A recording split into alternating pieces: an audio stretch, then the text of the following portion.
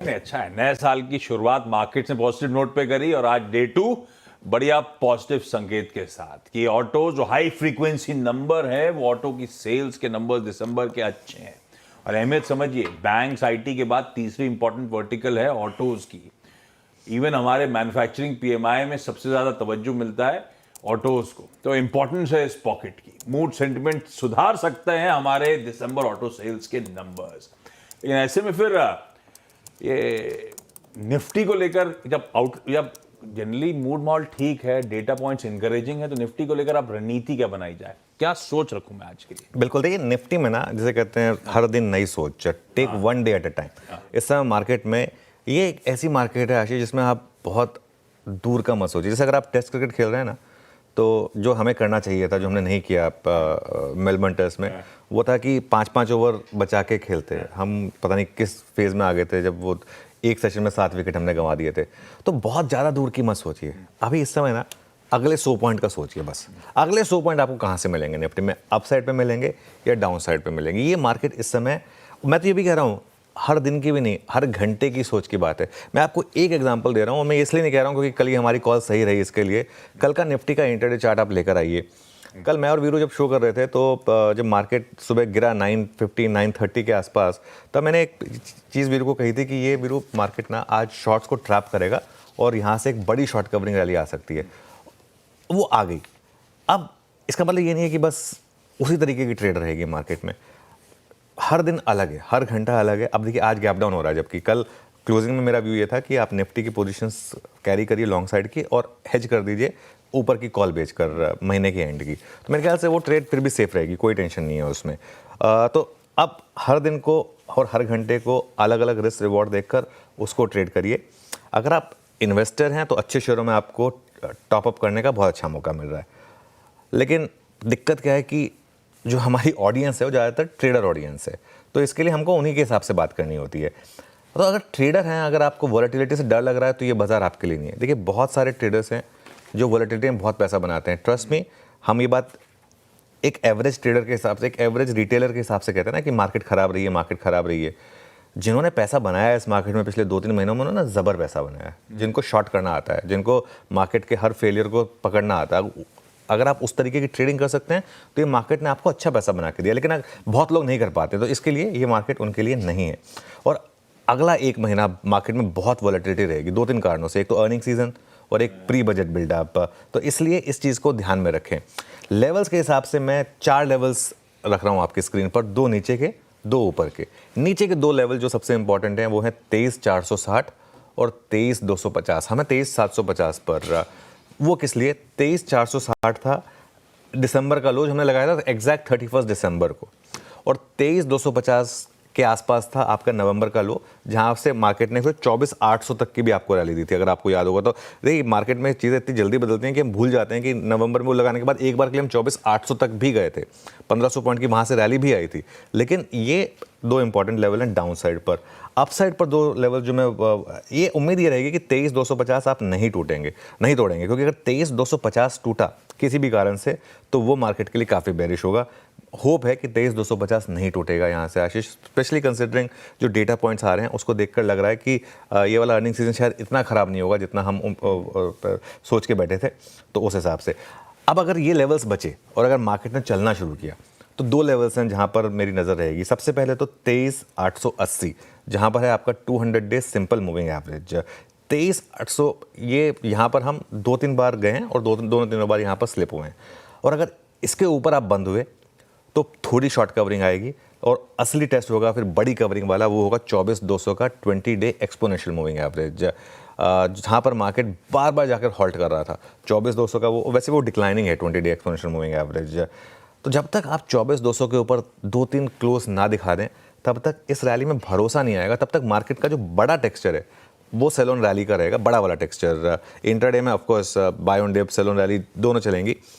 और कंसिडरिंग अब एफआईएस के वॉल्यूम्स फुल बैक ऑन होंगे, और एक अच्छी चीज़ हुई है लेकिन मार्केट के लिए, अच्छी कह लें या ख़राब कह लें, जब एफआईएस छुट्टी पर गए थे तब 23,700 पर निफ्टी था।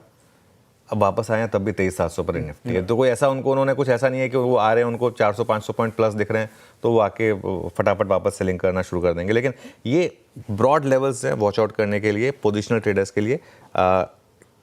यहाँ पर मार्केट के मेक और ब्रेक लेवल्स है 23,250 डाउन साइड पर, 24,200 अप साइड पर, और हम एग्जैक्टली उसके बीचों बीच खड़े हैं 23,750 पर।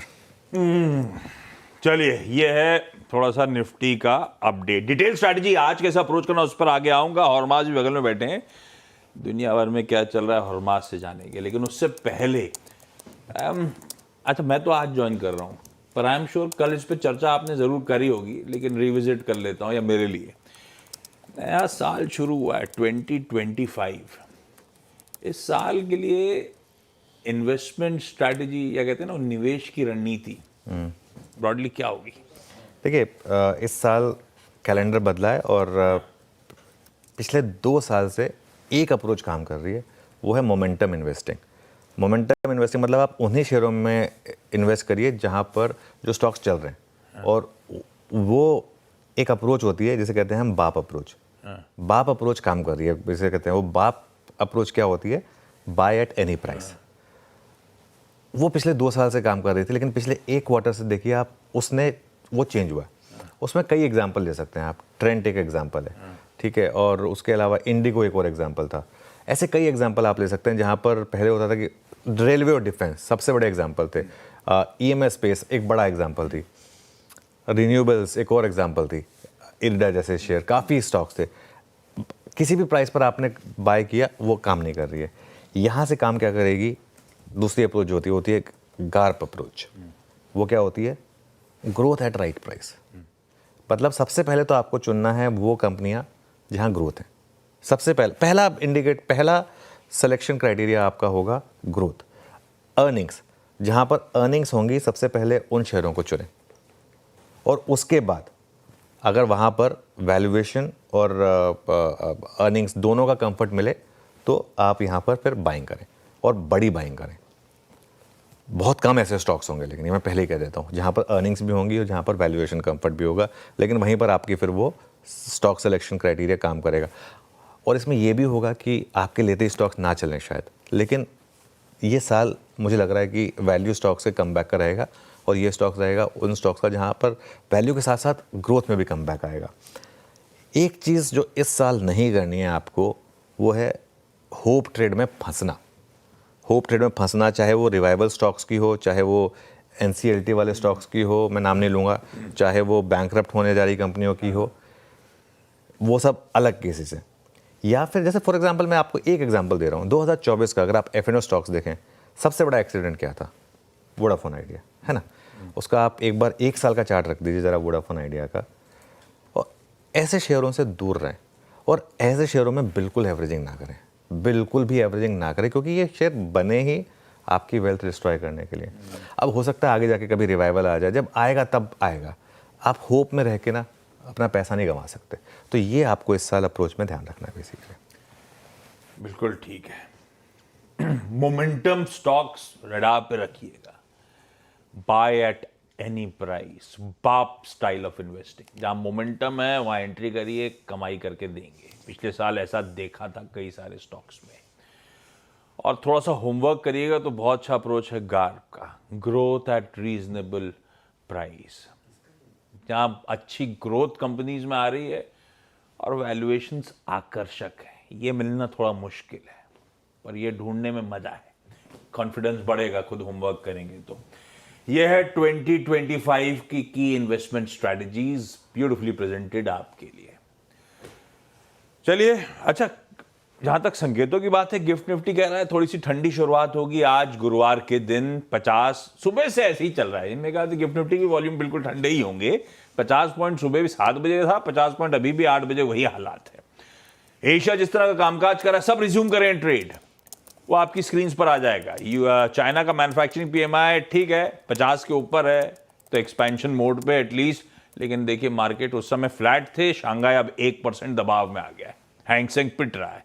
बाकी एशिया आपके सामने आ जाएगा। जापान के बाजार निकई आज छुट्टी पे है, छुट्टी पे आज है। छुट्टी से याद आया, कल US, यूरोप, एशिया सब छुट्टी बना रहे थे। न्यू ईयर सेलिब्रेट कर रहे थे। फिर भी हॉर्माज आए हुए हैं ग्लोबल संकेत बताने के लिए। तो दरअसल हॉर्माज बताने आए हैं कि विदेशी संस्थागत निवेशक FIIs ने जो छुट्टी बनाई थी उनके टॉप डेस्टिनेशंस क्या थे छुट्टी के। और बात कर रहा हूं, ग्लोबल क्यूज कैसे? Good morning